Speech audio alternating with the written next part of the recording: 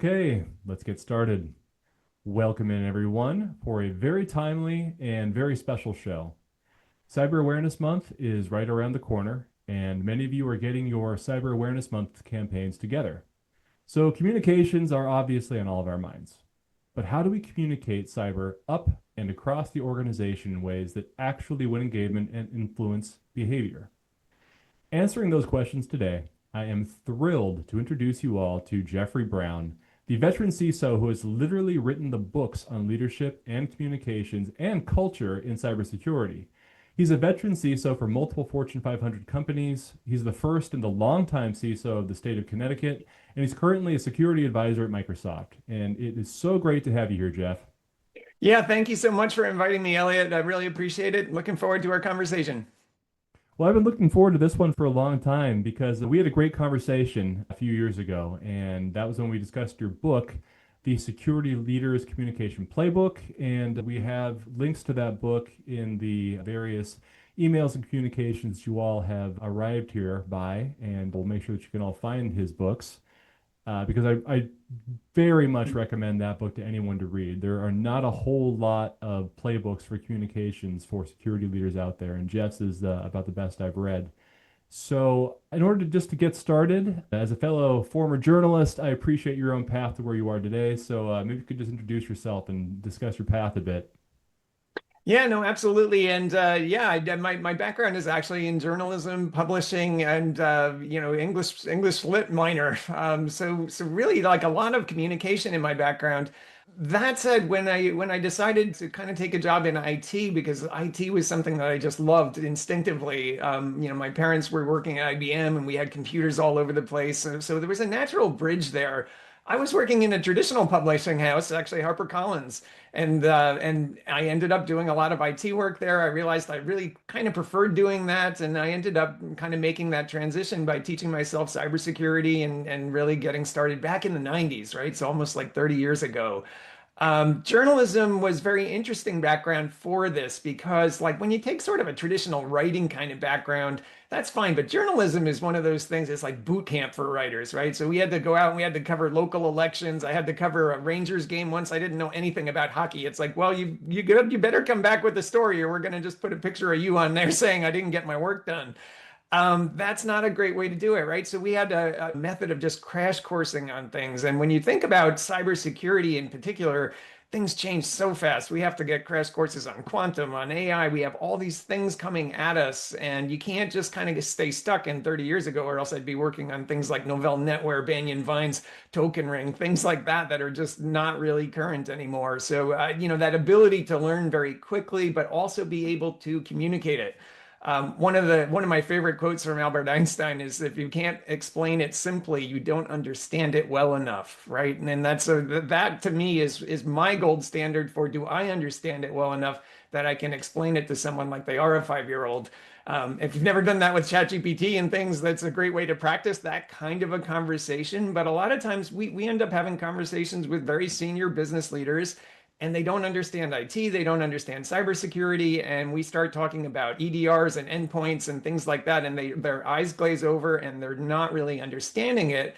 And we need to change our communication game too, because ultimately we end up saying things like, well, we need to increase our security posture. It's like, what does that mean, right? Like, wait, that's not actionable, it's not specific, it's just kind of words. And we need to be able to communicate a lot better in terms of what's our risks, what kind of things do we need to do to protect ourselves from those risks, and that whole communication background has really been, I think, a significant benefit to me, especially incidents, everything. CISO jobs are one of the few where you have to communicate with everyone, so everyone from administrative assistants all the way up to the board of directors, the CEO, the CFO.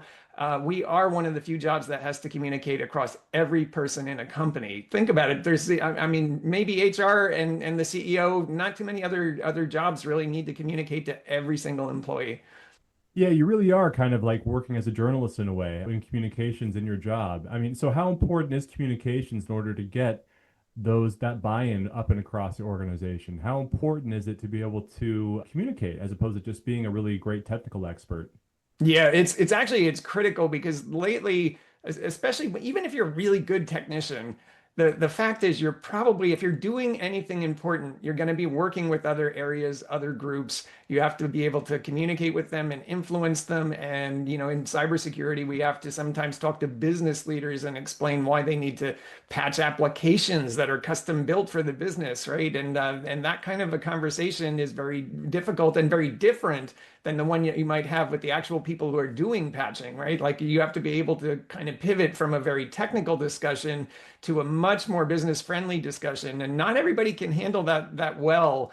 And it does take some practice. I mean, you have to really turn it into relatable things and make sure that you're connecting and in communication, it's not just about talking about feedback and it's about actually connecting and making sure that the people that you're talking to are understanding what you're saying, not just hearing what you're saying. And I think that that's a big distinction. A lot of times people think that they've communicated, and the fact is they really haven't. And they also don't appreciate the fact that you're going to have to repeat things over and over again. A lot of our brains don't necessarily incorporate information that quickly. Yeah, I told you this once before. I mean, you hear that all the time with kids and stuff. It's, I already told you this. It's like you got to repeat things until it really starts sinking in. And sometimes that's 7 to 14 times, right? It's not just one or two.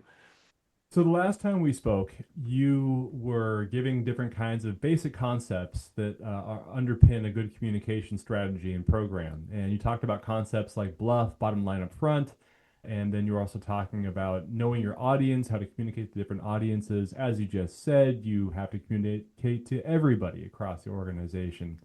And you kind of wrap that into a really nice metaphor about people don't buy airbags, they buy cars.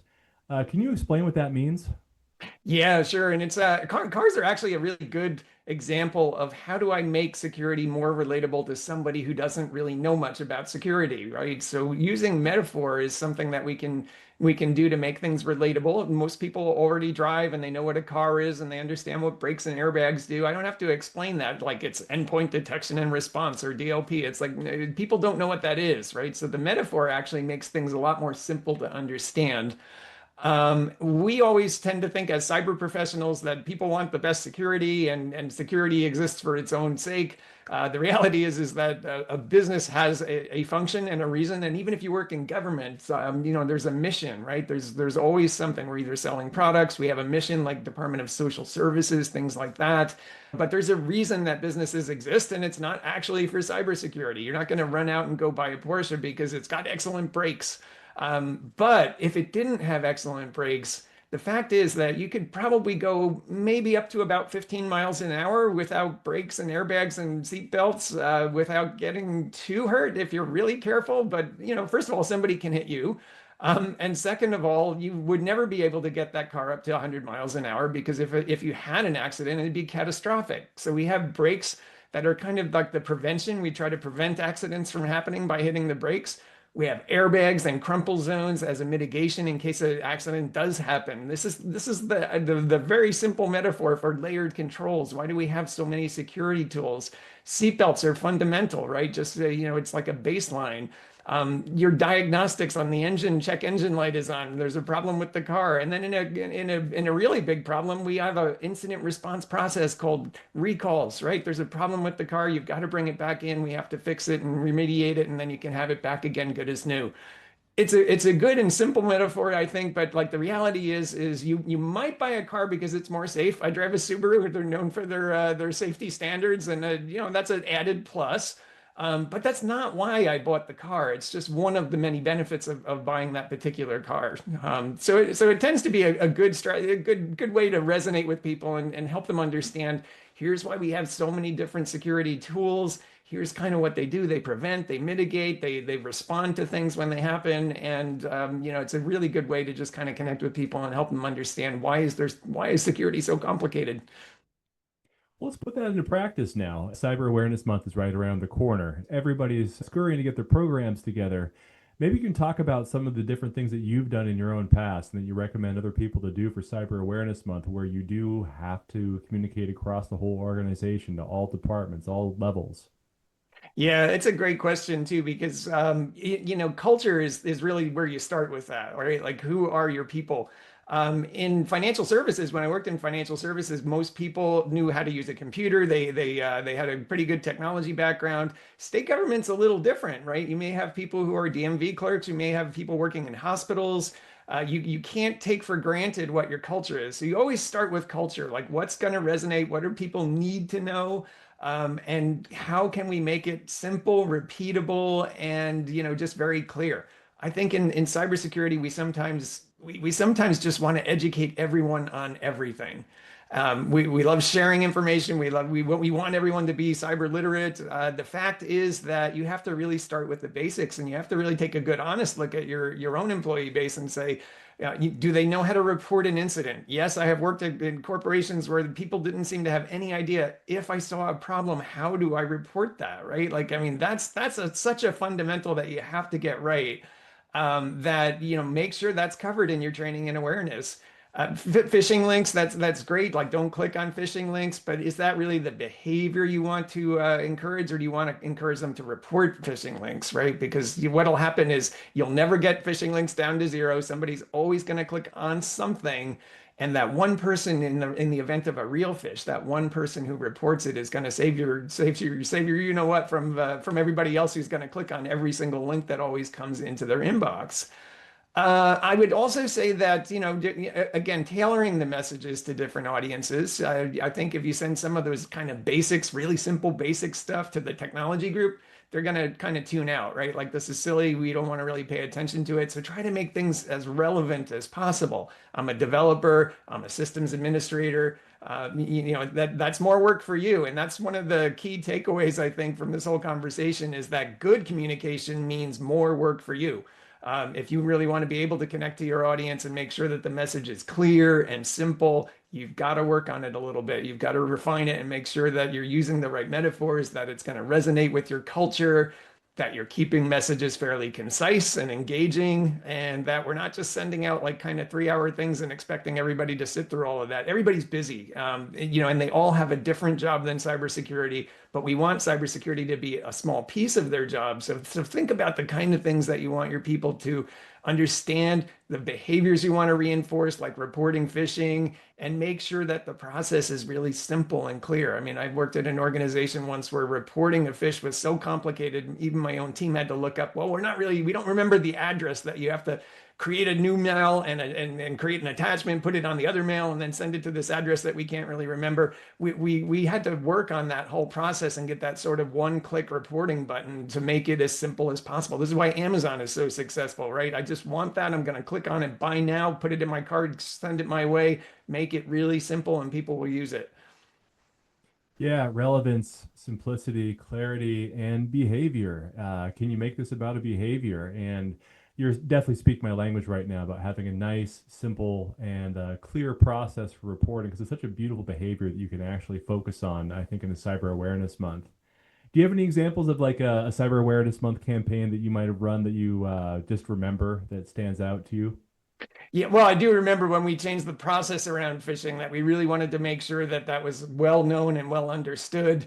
But by doing that, we didn't want to necessarily highlight, like, here's this old process that nobody remembers anyway. You've muddied the message now, right? It's just that here's the process to report a phish, right? So we were very careful about, like, let's make this crystal clear. We're not saying like don't report it the old way. That still works. If you remember the old way, fantastic. There's now 2 ways to report a phish, but there's also a very simple way, and it's 1, 2, 3 steps max, right? Like, you want to just make sure that things are so clear that anybody in the organization can do it. That was really exciting for us too, because we had just made some of those changes. We were able to not only measure the results of the awareness, and people have seen it and whatever, but we also saw a giant uptick. We had 1,000 people reporting a phish in the next phishing exercise.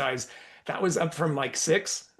So that was a really Wow. good metric to be able to show. That's a great example, actually. And we'll just sort of pause on the Cyber Awareness Month campaigns for that. It sounds like measuring results are kind of nice too. A nice part of a Cyber Awareness Month campaign. Yeah, that's one of the things that we call a feedback loop. And a lot of times, cyber communication is kind of one way. We send out an email, it goes out to people, and then we don't necessarily know, did people read it? Did they open it? If they opened it, did they understand it? being able to measure the actual behavior, such as, we had an increase in the number of people who are reporting phishes, and we can directly correlate that with our awareness message. That's really good. Now you're showing like there's a feedback loop. We did connect with people. We've changed behavior because ultimately, I think training and awareness is about making sure that you're hardwiring people. You don't want them to just understand cyber concepts. You want them to make sure that they're also doing safe processes, safe operations. They know how to report a phish. They know who to call in an emergency. Those kind of messages need to be just very, very clear. Yeah, and I want to remind the audience too that Jeff is not a Hoxhunt user and that this is a totally vendor neutral show today. But it really does warm my heart to hear that you basically had this focus on phishing that had such a great result because it's something that we have seen a lot of people, whether they're Hoxhunt people or not, really be able to show results to their board, to their executives, that there was some kind of a cyber awareness campaign about this, and there's a behavior central to that campaign that they're able to measure. So it's great to hear you validate that as the guru of cyber communications. I love it. No, one other thing I would just recommend is move away from first of all, phishing exercises are still good. We hear a lot in the industry about maybe we should stop doing these training exercises, and some people seem to get upset when they receive one and they accidentally click the link. That's what the training part is, right? This is part of a training exercise. We want you to be a little more suspicious. So sending these emails and receiving them, and even I have clicked on some of them. I hit something on a mobile device where you can't hover over the link. You got 30 things going on. You're at an airport. Yeah, sometimes even we kind of click on things that are really well crafted. And guess what? They're getting better crafted every day thanks to generative AI. We need you to be a little bit more on your toes. That's the reason that we send these things. We want to also avoid punitive, and that's I think also a really important concept in this kind of training, because what happens is you end up punishing people. You click the link, you're a bad employee. We're going to put this on your performance review, things like that. It's like that's a bad day at work. That's a really bad day at work. And guess what? If I accidentally click something in the future, I'm going to want to hide it. And I'm just not going to want to tell anybody about it, because remember what happened last time? It wasn't such a good day. That is the wrong behavior that you want to encourage. Remember, we're hardwiring behavioral change. It takes time, it takes patience, and it also takes careful strategies that you've thought through. And I think reward punishment, always try to go with reward. Yes, sure. Certain times you end up with some individuals that need a little bit more handholding and a little bit more one-on-one attention. But we really do try, unless somebody's just utterly thumbing their nose at the program, you really don't want to you want to avoid punishment. It's just not a good tactic. It's not an effective tactic. Boy, you are absolutely preaching to the choir here. So completely agree that reward based is going to be a lot more sustainable and a lot more effective than the punishment based. That being said, I do remember that you had some experiences in some places before that were punishment based. You had some pretty wild stories. I'm not sure if you can share an example of just like how draconian a punishment based program can be, and I'd be curious how effective it was. Yeah, well, first of all, I'm going to bottom line up front, right? It was not effective. Now let's talk about why. So I'll give you two different examples. One was really where employees would receive a canned email, actually it was voicemail from the CEO of the company, right? The chief executive officer, somebody who has nothing to do with IT. He owns the entire company soup to nuts, and he would send a canned voicemail that would say, basically, we strive to hire the best and brightest. You've fallen short of this. Ooh, ow, that's a really painful message to receive, especially if it was like, look, I was just doing my job. I clicked on something by accident. I already feel bad about it, and now I get this. And there's just, psychology, even though it's just a canned message, you think it's not really doing that much harm. But psychology is like, I'm on some blacklist with the CEO now. He knows I did this.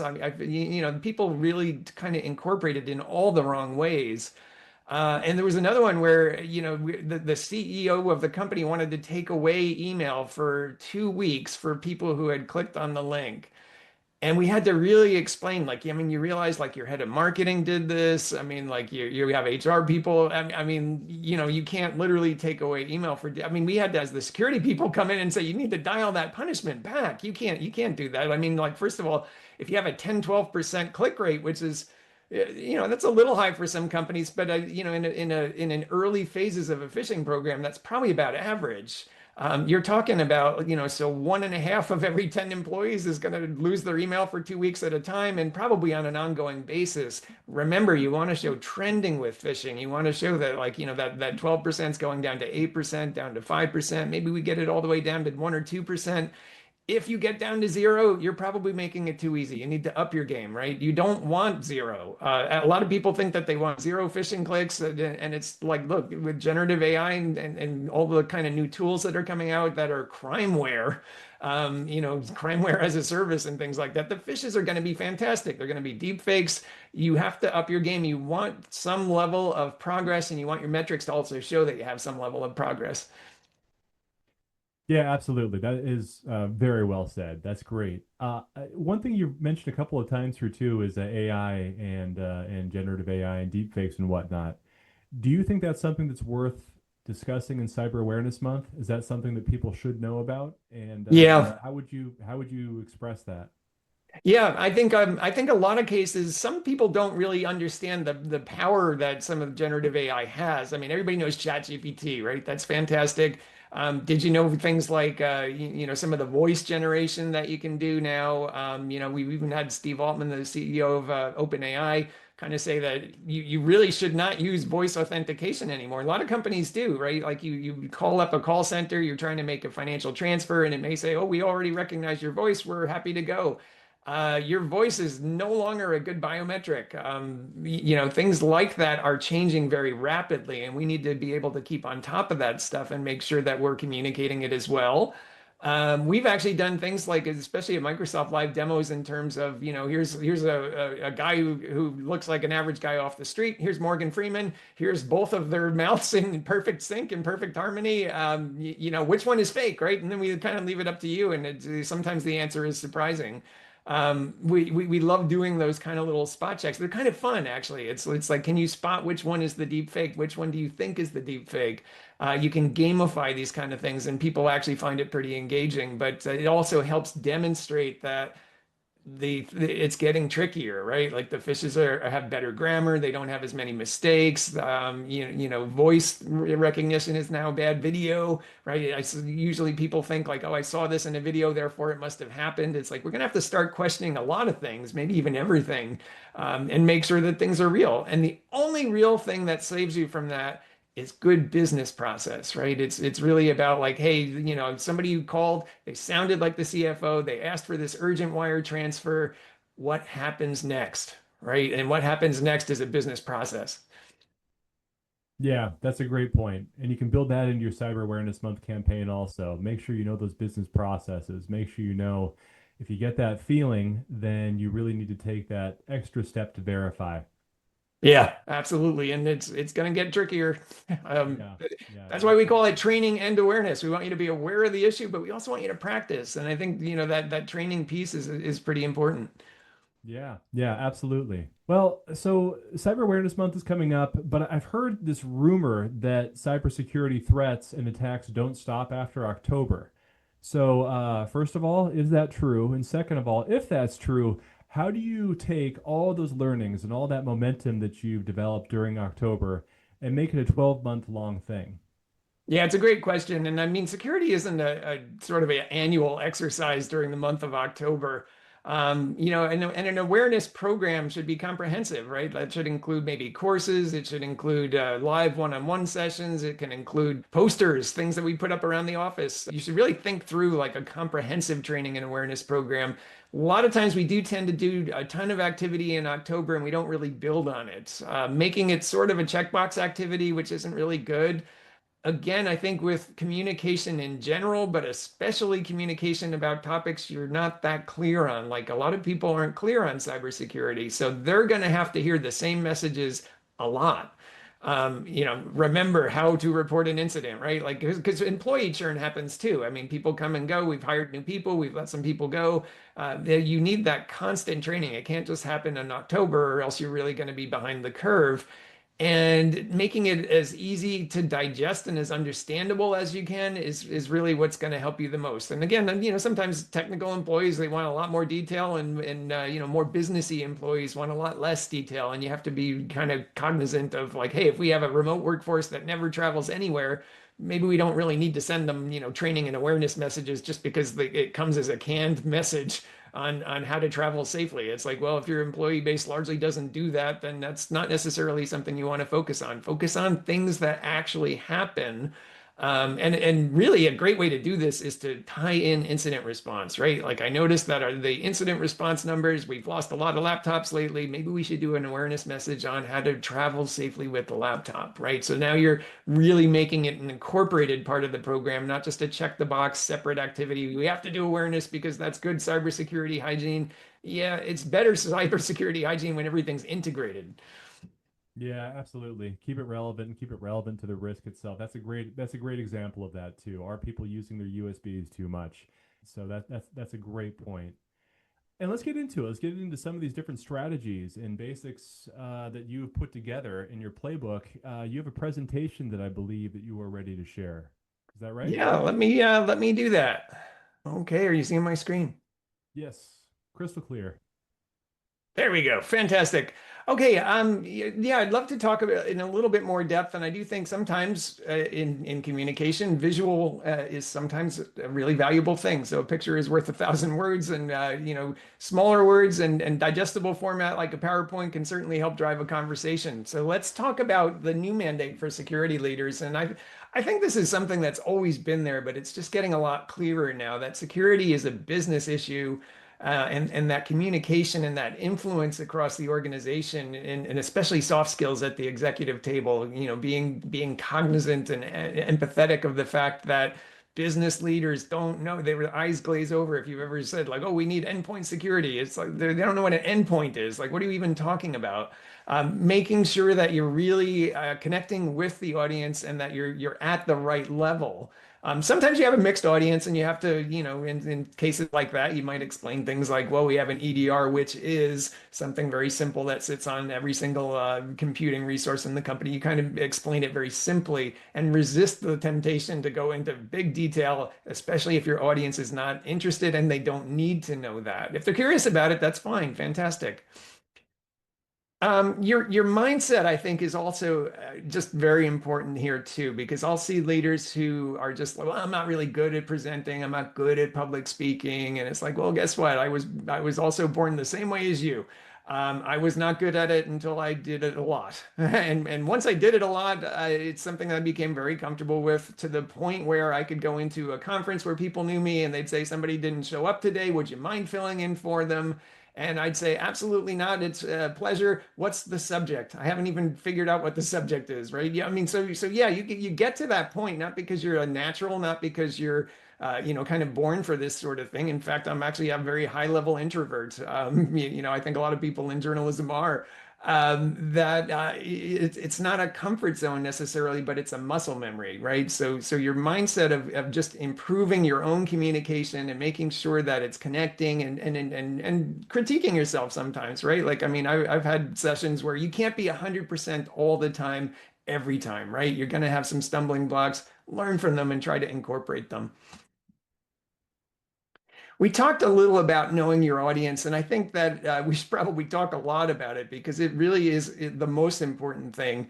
Why are you communicating at all? How are you communicating? All of those kind of things come into play here. And I know a lot of times IT people, especially, we default to our favorite way of communicating, which is probably either sending you an email or a text or anything that does not require a face-to-face conversation, because sometimes people just, I don't want to do that. He's a difficult person. I don't want to talk to him. You're not going to really connect with people that way, right? So making sure that you're using the right medium, and then that you're sending the right message to the right audience. So in some cases, like if let's say you have to let an employee go, that's not a text message, right? That's hopefully an in-person conversation, hopefully a one-on-one conversation, and yet we still see companies that are, hey, everybody dial into a Zoom meeting because 90 of you are being let go. wow, that's just not a great way to communicate and not really a great way to operate in general. So making sure that you're translating, making it understandable, and then especially with C-level executives, we did talk about BLUF a little bit earlier on, which is bottom line up front. But that is probably one of the really things that'll increase everybody's communication very simply. You speak to C-level executives, they are busy, they're pulled into 100 different directions. If you're talking to a typical CIO, he's got to make sure that the trains are running, that new stuff is getting built, that security and scalability and all the things he has to worry about. Now we're going to talk about cybersecurity. And if you start with kind of just a lot of technical detail instead of what your bottom line is, I've been in CIO conversations, they get pulled out, they get interrupted, and you're halfway through your conversation and they're gone. You didn't get your bottom line up front, and now the conversation's kind of over. You're going to have to start it from the beginning again. Whereas in some cases, I've had conversations with CIOs, you put your bottom line up front and they say, that's a great idea, make it happen. They don't really want to hear anymore. They're done. You can actually have a very simple conversation sometimes by putting that bottom line up front. Building influence across the organization. I mean, the relationships that you create, especially going into a new company. I've been into several new companies over my career, many times really not knowing a single person. You know, you go into a place like with 300,000 employees in 120 countries. I've been in two companies like that where I didn't know hardly anyone. You have to build those relationships before a crisis happens and before you're, because security has to, again, go across multiple divisions, multiple areas, and we have to lead by influence. And that means that you don't wait until there's a problem and say, hey, networking, you have to go do this. That may not be their priority. They have their own set of priorities. So making sure that we have that influence across the organization is how we get stuff done. And ultimately, I think most CISOs are measured, by how they do get things done. Making risks real and actionable. I think we talked a bit about framing cybersecurity as a business risk and not just an IT risk. We still see that kind of mentality over the years where it's like, well, the security group handles that, right? And they haven't really hit the point where I can tell you one thing, the board of directors now does understand this, right? We talk about personal risk on the board of directors. And there's a myth in cybersecurity that the business doesn't understand risk. And it's like, of course they understand risk. They understand credit risk. They understand market risk. They understand operational risk. Guess what? Cybersecurity is part of operational risk. It's part of running a business. So yes, they do understand risk. What they don't understand necessarily is technology and maybe cybersecurity. But when you put things in the right terms and you instead of saying like, I need to patch this critical vulnerability because it's really important. Now you're saying like, well, our claims processing system needs to be patched because ultimately if it's down, we'll be fined by regulators and we're going to suffer consequences, dollars per minute that system is down. When you can put things in that context, suddenly they understand risk really well. All right, metrics, another favorite. I've seen a lot of just weird things with metrics. People going into board conversations, they've got 40 slides and 15 minutes to get through them.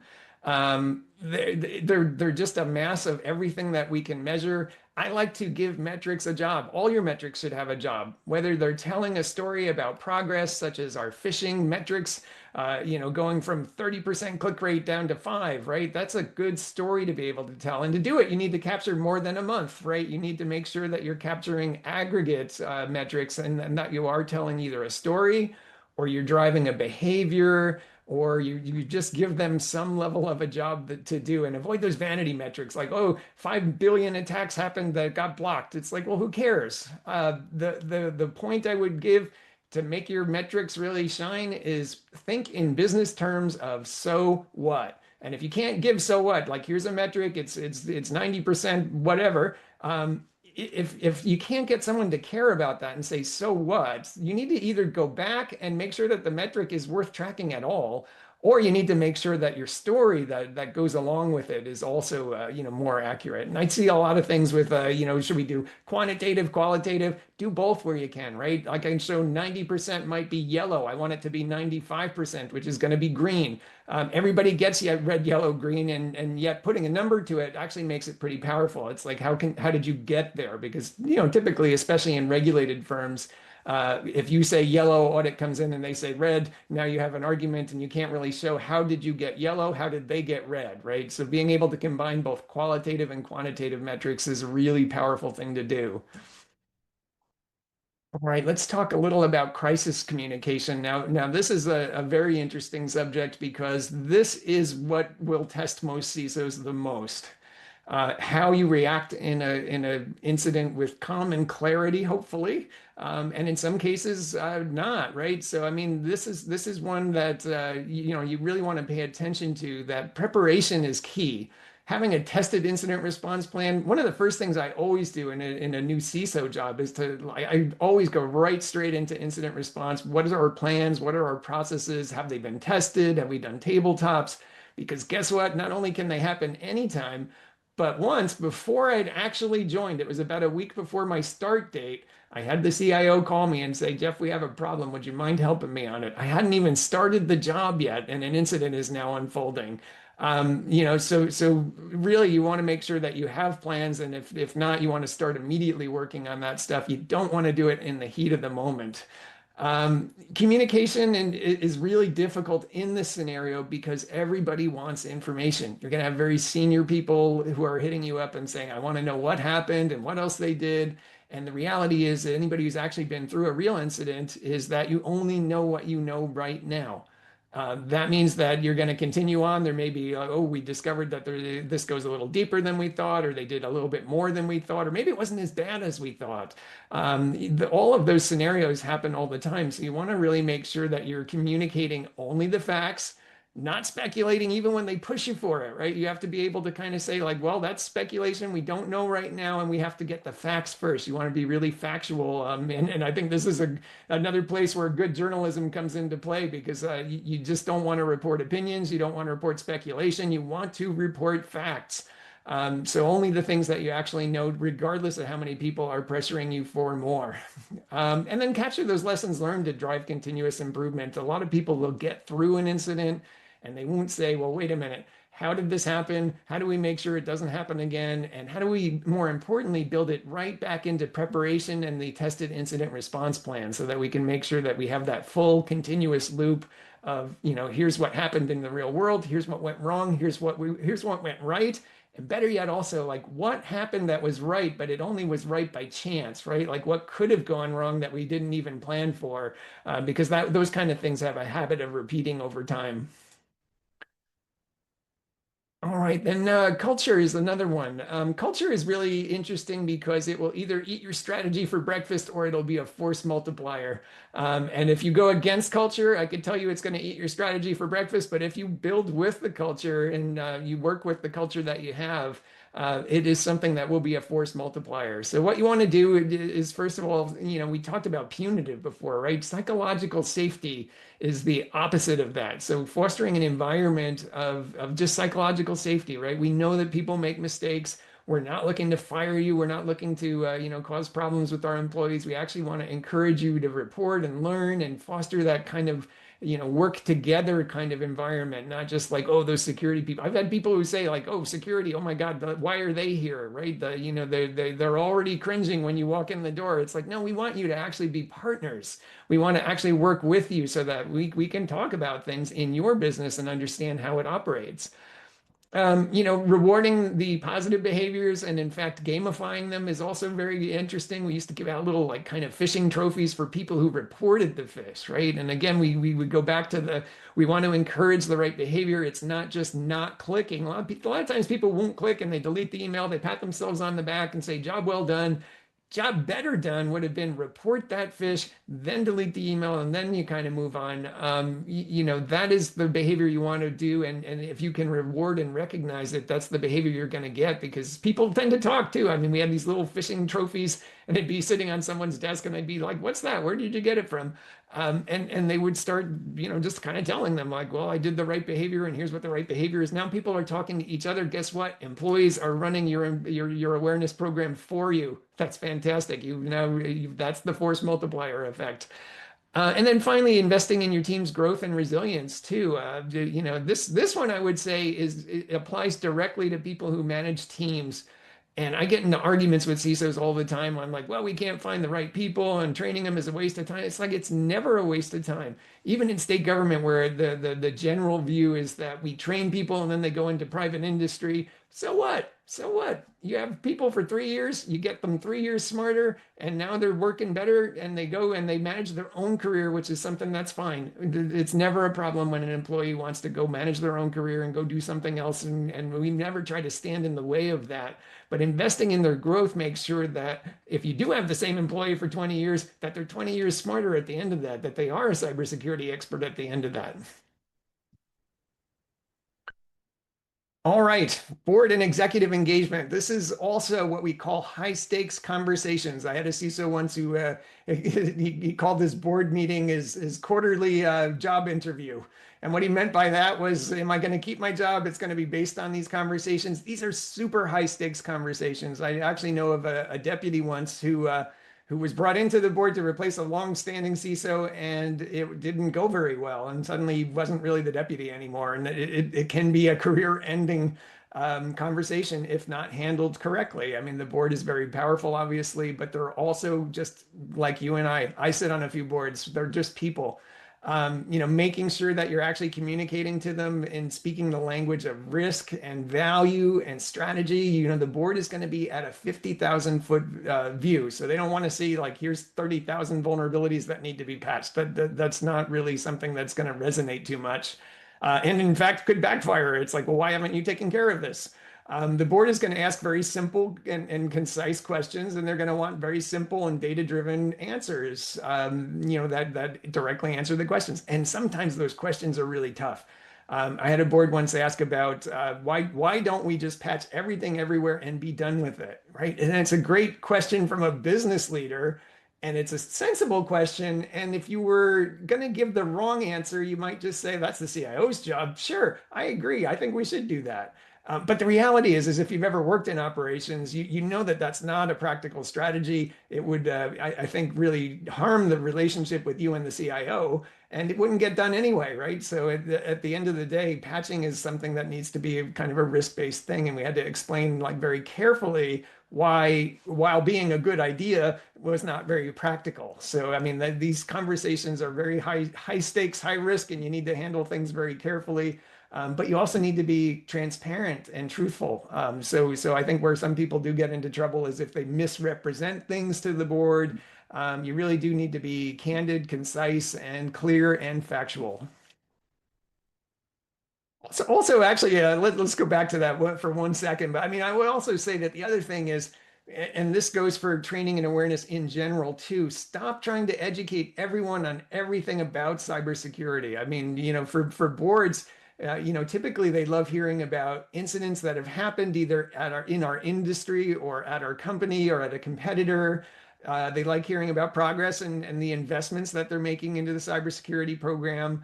But resist the urge to try to teach them every single thing. I mean, I see people trying to like, let me explain what an EDR is, and we're going to go into a lot of detail, but at the end of it, you'll understand what it is. It's like, that's not the point. The point is to communicate what your strategy is, not necessarily what each little technology piece is.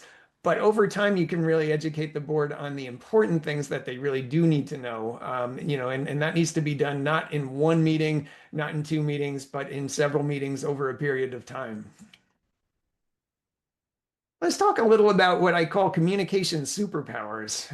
And practice makes progress here, right? So again, you cannot be 100% all the time at every single communication. I never am. I don't think anybody really is, unless you've really practiced a lot. So if you have a board discussion as an example, and you haven't practiced even a little bit, you're probably going in at a big disadvantage. You want to really make sure that your messages are clear and that they're concise, and that, explain it to your spouse, right? Like it might be something that, do you understand what I'm saying is a really good benchmark, unless your spouse also works in cybersecurity, to make sure that you're going to connect and that they're going to understand what the message actually says. Active listening is the number one. I mean, I think in terms of communication, the more you listen, there's a reason we have two ears, one mouth. The more that you're going to listen, the more that you're going to understand the other side. And guess what? That really helps in things like negotiations. It helps in being able to communicate risk and also to put it into context with the business. I sit down with business leaders all the time, and they love sharing. How does this business run? How do you run? How do you run your department? How can I help? What a great conversation. You can have that in about 15 minutes with somebody. And typically they really do like sharing about this is how my business operates. This is what we do. This is what's important to us, right? That's all feedback that you can now take back. And if you're doing all the talking, you missed all of the really interesting tidbits to take away. Storytelling, we kind of talked about that already, but I mean, it's going to just resonate a lot more if I said we need cybersecurity controls versus putting it into more of a story about what happened at one of our competitors when they didn't have cybersecurity controls, which can be very interesting. I mean, think about third-party risk, right? Is it more powerful for me to say you need third-party risk because it's really important? Or is it more better story to talk about the Target HVAC kind of issue, where we had a third party who was not vetted properly? It's just a much more powerful and contextual way for them to remember what is sometimes a little bit of ambiguity, right? It's like, well, why do we need third party security? There's reasons.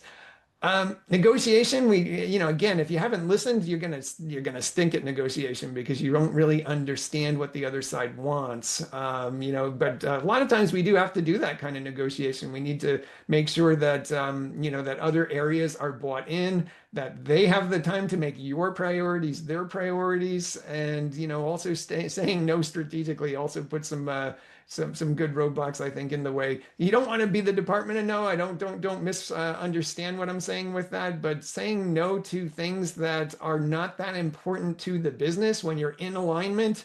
There's a lot of stuff that cyber people can be working on, and sometimes you got to say no to certain things that are not as important. Like as an example, if I don't have patching under control, I'm not going to spend a lot of time writing policies and standards, right? Because we need to get the more urgent issue done first. And if we're trying to do 100 different things all at once, you're really dividing your attention too much to actually make progress on the important things. All right, just to, kind of near a quick wrap up here, but communication tips as we are in October, Cybersecurity Month, this is a great time to practice communication and make sure that you're using things like storytelling to make things memorable. Make sure that you're tailoring your message, employing the analogies, and reinforcing positive security behaviors with actionable steps, right? Again, you're ultimately rewiring employees to do and behave differently in the future, right? Not clicking on fishes, reporting incidents as they happen, being safe with laptops, right? This is not something you could just send a couple emails and it's like, oh, we're done. This is a program that needs to persist over time, and that you're repeating messages so that people come and go and they understand what's actually our policies, and then also making them just concise and engaging for maximum impact. Too many times I see these long CBT kind of based courses. They are like an hour and a half, 2 hours. We're going to make everybody go through it. That's great. I mean, sometimes you're in a regulated environment and have to do that, but little bite-sized training works really good too. And things that are just a little bit more engaging. In some cases, we do stories and things like that at Microsoft even, and people actually look forward to, like, I can't wait to see what happens next in the next session, next training. That's really good feedback to know that your program is on the right track, right? People are actually looking forward to hearing more. All right, so that sort of brings us to the end of the conversation for that. But security leaders who do communicate better drive better success. There's no doubt about that. They also have stronger influence, and to get there, you need to invest in your own growth and make sure that you are practicing. You jump on every speaking engagement you can. If you have a chance to get in front of the board, even if you're before being a CISO, I mean, even just being a listener and just watching how that works and operates. These are all different areas where you can sort of practice communication, and the more you do it, the better you get at it. And I think that the future belongs to the security leaders who can align with the business and drive change in the business. I think that's the ultimate thing there. And if you're not communicating well, you're not going to do it well. Jeff, this was awesome. I appreciate it, and I guarantee you the audience has appreciated it. And I don't know how much time you have left. I want to give you an opportunity to tell everybody about your books. And then I did have one question kind of came up in my mind there, but do you have an extra 5 minutes now? Sure do. One question that occurred to me was, we talk a lot about how to communicate to boards and how to communicate to the employees, the end users. As a CISO, what do you like to see communicated to you from your security awareness leaders? People Yeah, who are that's leading a these comms programs and whatnot. yeah. And again, I think the concept of feedback loop is really important because what that really means is did this resonate or not? In some cases, we might even do a really short survey because people hate surveys. Don't make it like 5 questions and they're all fill in the blank kind of things. It's like, yeah, just ask a couple of questions. Did you like this training? If you don't mind, what didn't you like about it? That is a bit of a write-in question, but that feedback loop in terms of what's resonating, what's working and what's not working, right? Like, hey, you sent out this awareness message the other day. I couldn't really understand what was in it, right? That's a feedback loop. And we have a saying at Microsoft that feedback is a gift, whether it's good or bad feedback.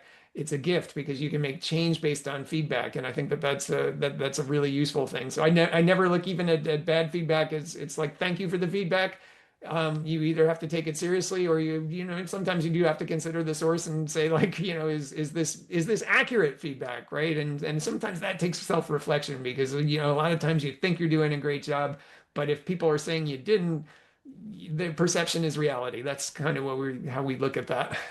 Yeah, that's a great insight. That's a great answer to that. I know a lot of people who are putting out their communications, who are putting out their security awareness programs. They often struggle communicating the results to your level, to the CISO level, much less to the board level as well. So that's a great answer. Okay, well that does bring us to the end of this, but make sure to check out Jeff's books. And Jeff, could you please tell everybody about your books and where to find them? Sure. First of all, you can find them off of Amazon.com, or you can go straight to Rutledge at CRC Press. But two books that might be of interest to this audience. One is obviously the Security Leaders Communication Playbook. You notice I did not call it the CISO's Communication Playbook because I want this to be for all security leaders. Everybody in security needs to communicate better, and I didn't want to make it just sometimes you make it just CISOs. I was really amazed to be on a call the other day. I had asked a fairly wide audience of cyber professionals, how many of you are aspiring to CISO roles? I got a few maybes. I got a lot of no's. CISOs are really interesting roles, but people are starting to get concerned about burnout and personal responsibility and liability, things like that. If those are concerns, I wrote another book called Leading the Digital Workforce for people who manage teams in IT. It's not necessarily security specific, although there are certainly a lot of security examples in there. It's really about IT leadership and how it's different from general leadership and what kind of things. And part of the strategies in that book are how do I manage myself first? Because if I'm not coming here and I'm not giving my full attention, I'm not listening, I'm not really hearing what you're saying, I'm not going to be an effective leader either. So I mean, for anybody looking to up their game in IT leadership and especially cybersecurity leadership, that's a really good book to read. I make my books actionable and highly useful. Don't get scared at a communicate. I never thought I'd be writing a communication book. It was just a weird set of circumstances, but I asked myself, what's the one thing I can do to help everybody else? And to me, it had to be not a theory book on what good communication is. I mean, who wants a book on that? I wanted one that was really going to be, immediately useful and actionable. So that's what I strive for in all of the books that I write. Well, you are one of the most natural communicators I've really engaged with before at the CISO level. So I can not recommend it enough to the audience here. It's the Security Leaders Communication Playbook is a fantastic book. Get it off of Amazon or off of Rutledge. And I look forward to reading Leaving the Digital Workforce. I look forward to reading that as well. Very good. Okay. Well, hey, you have given us a lot to think about, and we appreciate your time. Thank you so much, Jeff, and look forward to staying in touch with you. Absolutely. Thank you so much for having me. Okay, great.